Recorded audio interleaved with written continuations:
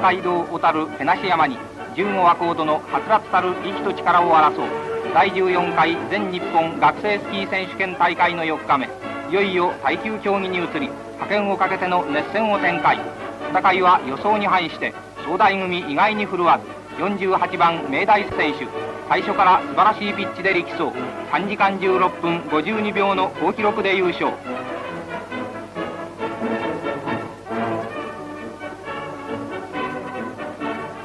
かくて最終日を飾る飛躍競技に入り、総大は果敢なる反撃ぶりを示し、西選手は第1回49メートル5、第2回50メートルを飛んで、明大の新鋭森選手を抑えて優勝。盤上の気を吐きましたが、時すでに遅く、結局総得点62点を挙げて、明大堂々たる3年連続制覇の偉業を完成しました。